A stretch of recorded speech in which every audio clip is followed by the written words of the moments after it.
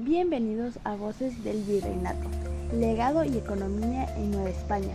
En este episodio nos adentraremos en el papel de la Iglesia Católica durante la época virreinal, explorando su influencia cultural, artística y social.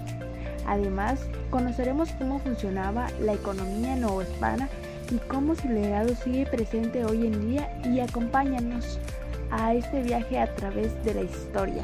Durante el periodo virreinal, la Iglesia Católica se convirtió en una de las instituciones más poderosas y determinantes de la sociedad novohispana. Desde la llegada de los españoles al continente, la evangelización se presentó no solo como una misión espiritual, enseñar la fe cristiana a los pueblos indígenas, sino como una estrategia de control social, cultural y político. Fue el abrazo ideológico del poder colonial, participando activamente en la organización de la vida cotidiana y en la transformación del paisaje urbano y social.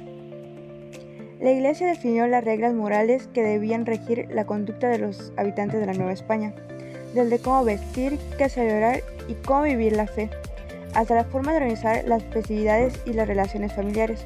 Su influencia era tan profunda que afectaba a todos los sectores: indígenas, mestizos, criollos y españoles peninsulares. Esta evangelización masiva no solo transformó las creencias religiosas, sino que reconfiguró la organización social y la estructura de poder, dejando un legado que aún hoy moldea la cultura mexicana en sus tradiciones, festividades y en la propia forma de entender la historia. El arte religioso novohispano fue una manifestación clave de este poder. Pinturas, esculturas y música sacra no solo adornaban templos, sino que actuaban como libros abiertos para enseñar la fe a la población analfabeta. Artistas como Miguel de Cabrera y Cristóbal de Villalpando fusionaron el barroco europeo con tradiciones indígenas, creando un arte mestizo que se aprecia hoy en museos y galerías. Como señala historiauniversal.org, el arte religioso fue una manifestación importante de la cultura novohispana, reflejando la influencia de la religión católica y la fusión de las tradiciones indígenas con las europeas. Estas obras no solo cumplían un propósito decorativo, sino que eran herramientas didácticas y de control ideológico.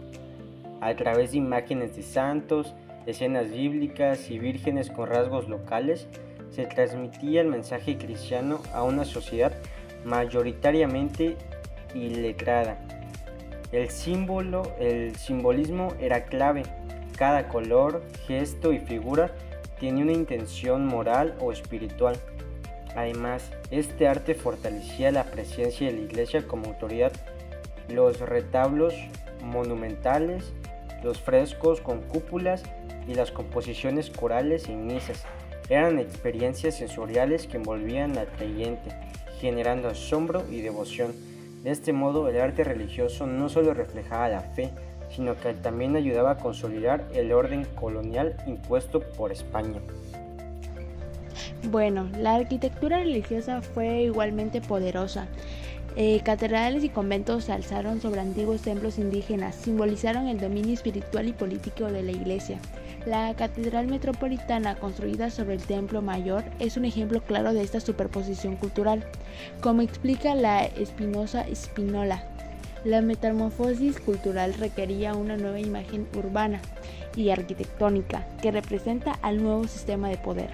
Además, las festividades religiosas eran auténticos espectáculos que mezclaban lo espiritual con lo social.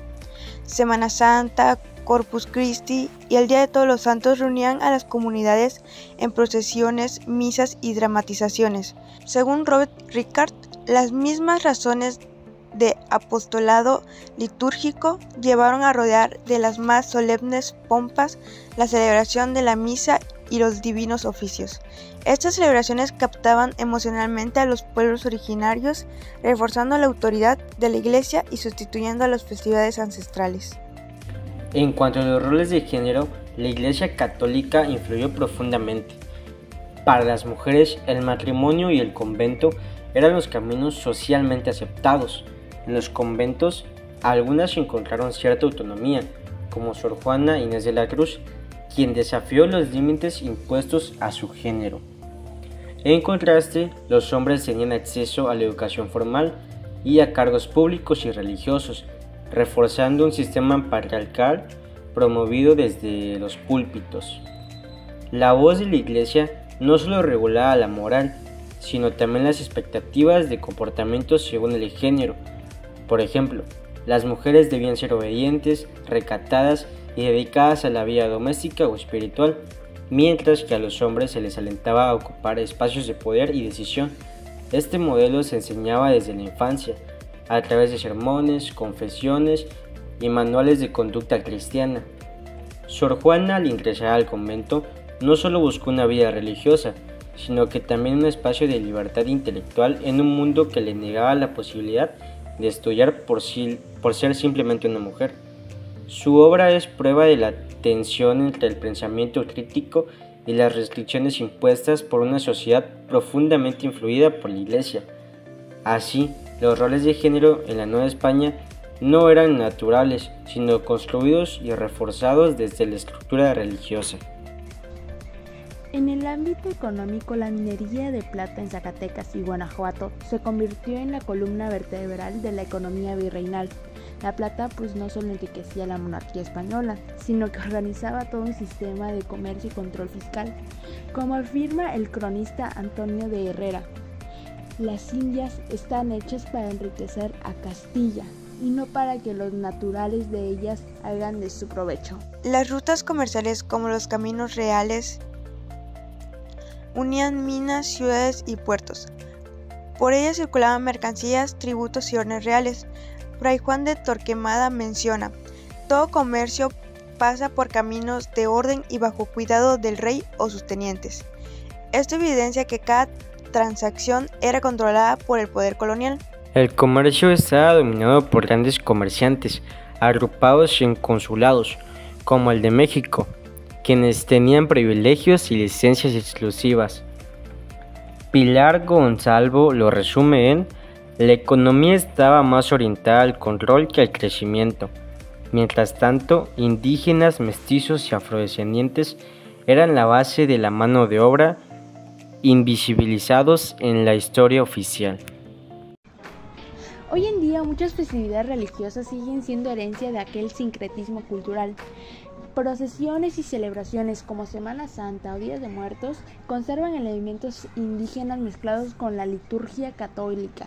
En lo económico, las desigualdades y la concentración de la riqueza que aún se perciben en la sociedad mexicana tienen sus raíces en la estructura virreinal.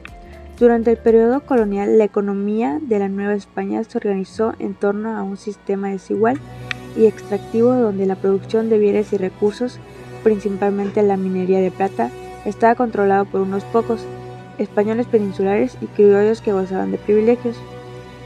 El dominio de la tierra se concentró en manos de la élite coloniales y de la propia Iglesia, que administraba haciendas, minas y propiedades.